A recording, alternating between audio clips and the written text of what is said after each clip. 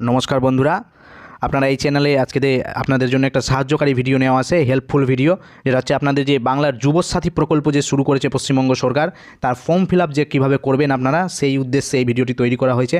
তো এই ভিডিওটা আপনারা পুরোটাই দেখে নিলে আশা করি আপনারা নির্ভুলভাবে নিজেদের ফর্ম নিজেরাই ফিল আপ করতে পারবেন, বা আপনি যদি ফর্ম ফিল আপ করার সময় ভিডিওটা যদি দেখেন তাহলে আপনারা নির্দ্বিধায় ফর্মটি ফিল আপ করতে পারবেন। তো চলুন ফর্মের মধ্যে কী কী দেওয়া রয়েছে, এটা হচ্ছে স্যাম্পল, অর্থাৎ আপনাদের যে ফর্মটা দেওয়া হচ্ছে তার এটা হচ্ছে একটা কপি। এখানে কীভাবে ফর্ম ফিল আপ করতে হবে এবং কী কী লেখা রয়েছে, কী কী নির্দেশ দেওয়া হয়েছে ফর্মের মধ্যে আমরা কিন্তু সেই সমস্ত জিনিস দেখে নেব। তো চলুন ভিডিওটি শুরু করা যাক। তো এখানে বলা হয়েছে বাংলার যুবসাথী প্রকল্প, যেটা পশ্চিমবঙ্গ সরকার শুরু করেছেন। 21 থেকে 40 বছর বয়সী যে সমস্ত লোকজন রয়েছেন, মাধ্যমিক পাস, অবশ্যই মাধ্যমিক পাস যে সমস্ত লোকজন রয়েছেন এবং যারা এখনও পর্যন্ত সরকারের কোনো রকম স্কিমের সাহায্য পাচ্ছেন না, অর্থাৎ হচ্ছে লক্ষ্মী ভাণ্ডার বা অন্য কোনো স্কিম যেগুলো রয়েছে আপনারা যেগুলো সাহায্য নিচ্ছেন না বা পাচ্ছেন না, তারাই কিন্তু এখানে আবেদনের যোগ্য। আপনারা যারা আগে থেকে সরকারের কোনো সাহায্য পাচ্ছেন তাহলে কিন্তু এখানে আপনারা এই আবেদন করতে পারবেন না, বা যদিও আবেদন করেন তাহলে কিন্তু হয়তো পরে সেটা রিজেক্ট হয়ে যেতে পারে। তো চলুন ভিডিওর মধ্যে দেখে নিই আমরা ফর্মের মধ্যে কী কী বলেছেন। তো এখানে বলেছেন যে ফার্স্টেই বলে দিয়েছে যে ইংরেজির বড় হাতের অক্ষরে এই ঘরগুলো কিন্তু আপনাদের পূরণ করতে হবে। অবশ্যই ইংরেজির বড় হাতের অক্ষরে ক্যাপিটাল লেটার কিন্তু এখানে বড় বড় করে লেখা দিয়েছে ফার্স্টেই। তারপরে আপনাদের এখানে বলেছে যে কালার পাসপোর্ট সাইজ ছবি কিন্তু এখানে দিতে বলেছে। কালার পাসপোর্ট সাইজ ছবি দিবেন এবং বলেছে যে সাইন করতে বলেছে আপনাদেরকে, ছবির মধ্যেই সিগনেচার করে দিতে বলেছে। In upper with white portion white portion, উপরের যে সাদা অংশ থাকবে ছবির মধ্যে, অবশ্যই আপনাদের ব্যাকগ্রাউন্ডটা দেখবেন যেন ছবির সাদা অংশ থাকে। পিছনের ব্যাকগ্রাউন্ড যে ছবি থাকবে আপনারা ছবিটা দেবেন, সেখানে যেন পিছনের সাদা ব্যাকগ্রাউন্ড থাকে, আর কালার ফটো যেন থাকে, ব্যাকগ্রাউন্ডটা শুধু সাদা রাখবেন। এরপরে হচ্ছে ওই সাদা অংশের মধ্যে আপনারা সেখানে সিগনেচার করে দিবেন নিজেদের, ছবিটা এখানে সেট দিবেন। নেক্সট হচ্ছে এখানে ফটো পেস্ট করতে বলেছেন, কেউ কিন্তু ভুল করেও পিন দেবেন না। তারপরে বলেছে, এবার এখানে দিয়েছে যে দুয়ারে সরকারের রেজিস্ট্রেশন নাম্বার, যেটা আপনার রেজিস্ট্রেশন নাম্বার যদি থাকে তাহলে দেবেন, আপনাদের এখানে না থাকলে কোনো চিন্তা নেই। এটা হচ্ছে যেনারা এখানে ক্যাম্প বসাবেন সেখানে তারাই দেবেন। এবার হচ্ছে ক্যাম্পটা কোথায় বসবে, ক্যাম্প হচ্ছে প্রত্যেকটা বিধানসভা যে রয়েছে পশ্চিমবঙ্গে 294টা বিধানসভা, সেখানে কিন্তু এই ক্যাম্পগুলো বসবে নির্দিষ্ট দিনে। আপনারা সেগুলো দেখে রাখবেন, নিজের যে বিধানসভা রয়েছে সেগুলো খোঁজখবর রাখবেন, কবে কোথায় কখন ক্যাম্প বসছে আপনারা জেনে যাবেন।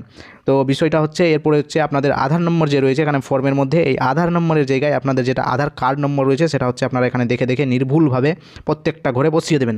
এরপর হচ্ছে বেনিফিশিয়ারি নেম, অর্থাৎ আপনি যদি নিজে আবেদন করেন তাহলে নিজের নাম লিখবেন, বা অন্য কারো ফর্ম যদি ফিল আপ করে দেন তাহলে যার ফিল আপ করে দিচ্ছেন সেই ব্যক্তিটার নাম লিখবেন, অর্থাৎ যার জন্য আবেদন করছেন সেই এই ঘরটাতে তার নাম কিন্তু লিখবেন, অবশ্যই ইংরেজির বড় হাতে এখানে কিন্তু বলে দেওয়া হয়েছে।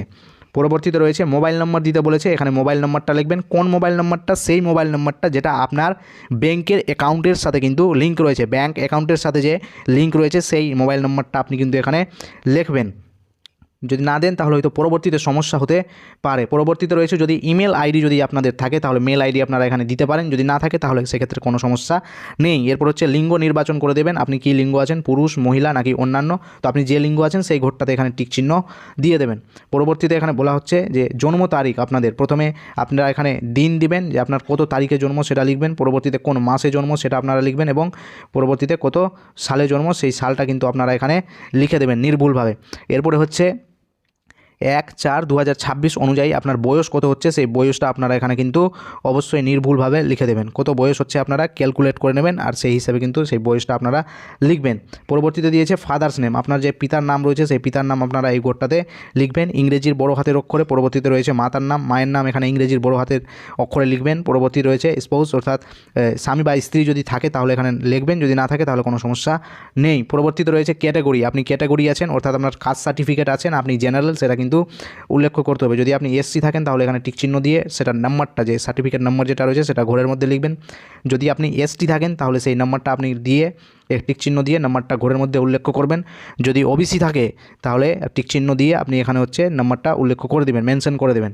পরে হচ্ছে ম্যারিটাল স্ট্যাটাস, অর্থাৎ আপনি বিবাহিত না অবিবাহিত নাকি বিচ্ছিন্ন যেটা রয়েছে আপনার সেই হিসেব মতো আপনি এখানে টিক চিহ্ন দিতে পারেন। পরবর্তীতে রয়েছে হাউস বা প্রিমাইস নাম্বার, বাড়ির নাম্বার যদি আপনার জানা থাকে তাহলে লিখবেন, যদি না জানা থাকে কোনো অসুবিধা নেই। এরপর হচ্ছে আপনি যদি ভিলেজে বাস করেন তাহলে ভিলেজের নামটা এখানে লিখবেন, টাউনে যদি বাস করেন তাহলে টাউনের এখানে নামটা লিখবেন, যদি কোনো সিটি থাকে তাহলে সিটি অর্থাৎ শহর যদি থাকে তাহলে আপনারা এখানে সেই মতো করে লিখবেন। অবশ্যই লেখার মধ্যে এখানে কিন্তু আপনার টিক চিহ্ন দিয়ে দেবেন, আপনারা যেটা থাকছেন না কেন, যে এরিয়াতে পড়ছেন না কেন এখানে কিন্তু টিক চিহ্ন দিয়ে তারপরে নামটা লিখবেন। এরপর হচ্ছে আপনার পোস্ট অফিস কী রয়েছে, আপনার পোস্ট অফিস যেটা আছে সেটা কিন্তু এখানে সুন্দর করে লিখে দেবেন। নেক্সট হচ্ছে গ্রাম পঞ্চায়েত এবং ওয়ার্ড নম্বর, আপনি কোন গ্রাম পঞ্চায়েতের মধ্যে পড়ছেন বা কোন ওয়ার্ডের মধ্যে পড়ছেন। যদি আপনার গ্রামীণ এলাকায় যদি বাস করেন তাহলে অবশ্যই এখানে গ্রাম পঞ্চায়েত লিখতে হবে, যদি গ্রাম পঞ্চায়েত রয়েছে সেটা লিখবেন।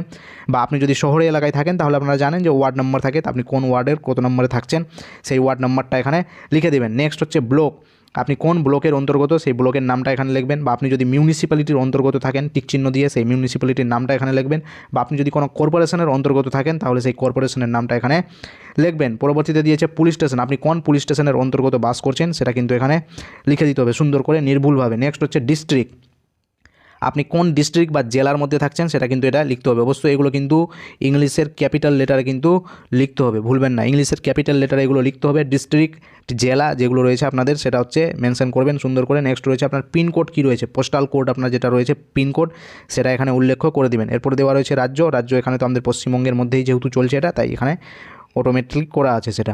পরবর্তীতে রয়েছে আপনার হচ্ছে শিক্ষাগত যোগ্যতা যেগুলো সেটা জানতে চেয়েছে এখানে। তো মাধ্যমিক বোর্ড, আপনার যে মাধ্যমিক বা সমতুল্য পরীক্ষা যদি আপনি দিয়ে থাকেন কি এখানে মাধ্যমিক দিলে তবে এটাই অ্যাপ্লাই করতে পারবেন। তো মাধ্যমিকের আপনাদের যে অ্যাডমিট কার্ড রয়েছে এই অ্যাডমিট কার্ডের মধ্যে কিন্তু আপনাদের রোল নম্বর যে থাকে আর দিয়ে রোল নম্বর এখানে কিছু লেখা থাকে এবং এন দিয়ে নম্বর এখানে লেখা থাকে। তো রোল আর নম্বর আপনাদের যেটা রয়েছে সেটা অ্যাডমিট কার্ড থেকে সুন্দর করে দেখে দেখে আপনারা লিখে দেবেন।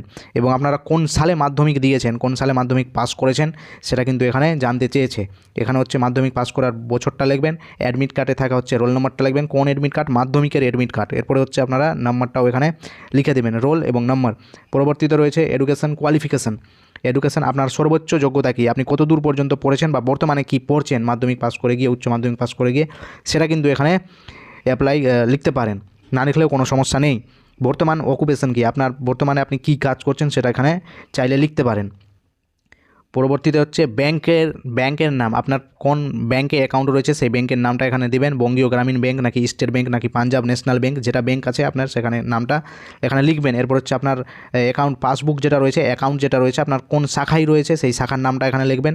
অবশ্যই আপনাদের ব্যাংক যে পাসবুক যেটা রয়েছে সেই পাসবুকের উপরে দেখতে পাবেন লেখা আছে ব্যাঙ্ক অ্যাকাউন্ট নম্বর, নিজেদের অ্যাকাউন্ট নম্বর, ব্যাংকের অ্যাকাউন্ট নম্বর এখানে নির্ভুলভাবে লিখে দেবেন, কারণ টাকাটা তো ব্যাংকেই আসবে, তাই জন্য ব্যাংকের অ্যাকাউন্ট নম্বরটা অবশ্যই সঠিকভাবে লেখা ভীষণ গুরুত্বপূর্ণ। এরপর হচ্ছে আপনার ব্যাংকের আইএফএসসি কোড যেটা রয়েছে, আইএফএসসি কোড আপনারা ব্যাংকের পাসবুকের মধ্যেই ফার্স্ট পেজে পেয়ে যাবেন। আইএফএসসি কোড যেটা রয়েছে সেটা আপনারা দেখে সুন্দর করে এখানে পূরণ করবেন। পরবর্তীতে রয়েছে যে আপনি কি এর আগে কোনো সরকারি সাহায্য পান কিনা, রাজ্য সরকারের প্রদত্ত শিক্ষাগত সুবিধা বা বৃত্তি ছাড়া আপনি কি কোনো সাহায্য পান, অর্থাৎ লক্ষ্মীর ভাণ্ডার বা এরকম কোনো সাহায্য কি পান, তাহলে যদি পান তাহলে হ্যাঁ চিহ্ন, যদি না পান তাহলে না। এরপর হচ্ছে যদি পান তাহলে বিস্তারিত বিবরণ দিন, তা কোন জিনিসটা থেকে আপনি সাহায্য পাচ্ছেন বা কিসের সাহায্য পাচ্ছেন সেটা কিন্তু আপনাকে এখানে লিখে দিতে হবে। নেক্সট এখানে বলেছে যে নথিপত্র অর্থাৎ সংযুক্ত নথিপত্রের তালিকা, অর্থাৎ এই যে এখানে দেওয়া রয়েছে এই জিনিসগুলো কিন্তু আপনাদেরকে ফর্মের সাথে কিন্তু একসাথে পিন করে এগুলো জমা দিতে হবে। এই ডকুমেন্ট যেগুলো রয়েছে এই ছোটা ডকুমেন্ট কিন্তু আপনাদেরকে জমা দিতে বলা হয়েছে। কেমন করে জমা দিবেন এখানে লিখে দেওয়া হয়েছে যে এনক্লোজার লিস্ট অর্থাৎ সেলফ অ্যাটেস্টেড অর্থাৎ হচ্ছে প্রত্যেকটা যে আপনারা জেরক্স কপি দিবেন সেই জেরক্স কপিতে আপনাদের নিজেদের কিন্তু সিগনেচার লাগবে, সিগনেচার করে কিন্তু আপনারা এই জিনিসটা জমা দিবেন, সেলফ অ্যাটেস্টেড করে আপনারা জমা দেবেন। প্রথমে বলেছে যে মাধ্যমিক ওর ইকুইভ্যালেন্ট অ্যাডমিট কার্ড, মাধ্যমিক বা মাধ্যমিকের সমতুল্য যদি কোনো থাকে তাহলে সেই অ্যাডমিট কার্ডের জেরক্সটা আপনারা এখানে দেবেন। মাধ্যমিক ওর ইকুইভ্যালেন্ট মার্কশিটের জেরক্স এখানে চাইছে, বা সার্টিফিকেট যদি থাকে পাস সার্টিফিকেট তাহলে সেটা কিন্তু এখানে দিতে বলেছে। 3 নম্বর বলেছে কপি অফ আধার কার্ডের কপি দিতে বলেছে। নেক্সট বলেছে কপি অফ ভোটার কার্ড, এখানে ভোটার কার্ডের কপি দিতে বলেছে। নেক্সট বলেছে ফার্স্ট পেজ ও পাসবুক, ব্যাংকের অ্যাকাউন্টের যে প্রথম পেজের যে জেরক্স সেটা আপনাকে দিতে হবে। এরপর বলেছে আপনি যদি ওবিসি এসটি এগুলো যদি থাকেন তাহলে আপনাকে সেই যে সার্টিফিকেট সেটার জেরক্স কিন্তু এখানে দিতে হবে, এবং প্রত্যেকটাই কীভাবে দিতে হবে আপনাকে নিজেরা স্বাক্ষর করবেন, সেখানে স্বাক্ষর করে এই জিনিসটা কিন্তু সেখানে জমা দিতে হবে। পরবর্তীতে বলেছে এখানে ঘোষণা করছে যে সেলফ ডিক্লিয়ারেশন যেটা থাকে সেটা, এবং নিচে যেটা থাকছে যে আপনার এখানে স্বাক্ষর করতে লাগবে, নিজেদের স্বাক্ষর যেটা আছে নিজেদের সই এখানে আপনারা অবশ্যই ভালো করে দেবেন, এবং কবে সেটা আপনারা জমা দিচ্ছেন এটা অবশ্যই আপনারা কিন্তু মেনশন করে দেবেন। আপনারা যেদিন এই ফর্মটি জমা দিতে যাবেন সেই দিনের তারিখ কিন্তু আপনারা মেনশন করে দেবেন অবশ্যই। নেক্সট বলেছে যে দুয়ারে সরকার রেজিস্ট্রেশন নাম্বার, এটা যিনারা আসবেন যে ক্যাম্পে যাবেন ওনারাই ওই রেজিস্ট্রেশন নাম্বারটা এখানে লিখে দেবে, এটা আপনাকে লিখতে হবে না। তেনারা এখানে অ্যাপ্লিকেশন নাম্বার ওনারাই দেবেন, মোবাইল নম্বর, আধার নম্বর, এগুলো সব আপনারা দেখে দিয়ে আপনাকে এই অংশটুকু হয়তো ছিঁড়ে দিয়ে দিতে পারে। এরপরে হচ্ছে রিসিভড অন, হ্যাঁ এই অংশটা আপনি হচ্ছে পেয়ে যাবেন তাদের কাছ থেকে। তো এই ছিল ভিডিও, আপনারা বারবার করে দেখে নেন, বুঝতে যদি অসুবিধা হয় তাহলে কমেন্ট বক্স খোলা রয়েছে, অবশ্যই আপনারা জানান এবং পরবর্তীতে ভিডিওটি আপনারা আরও শেয়ার করে দিবেন যাতে আরও মানুষ জানতে পারে, এবং এত সুন্দর করে বলার জন্য, বোঝার জন্য আপনাদের অনেককে ধন্যবাদ ভিডিওটি দেখার জন্য। অবশ্যই আপনার চ্যানেলটিকে সাবস্ক্রাইব করে পাশে থাকবেন এরকম গুরুত্বপূর্ণ ইনফরমেটিভ ভিডিও জানার জন্য, এবং অবশ্যই ভিডিওটি পরবর্তীতে অন্যদের সাহায্য করবেন দেখার জন্য, তারাও যেন এই ভিডিওটির দ্বারা উপকৃত হতে পারে। তো ভিডিওটি দেখার জন্য আপনাদের প্রত্যেককে অনেক অনেক অনেক ধন্যবাদ।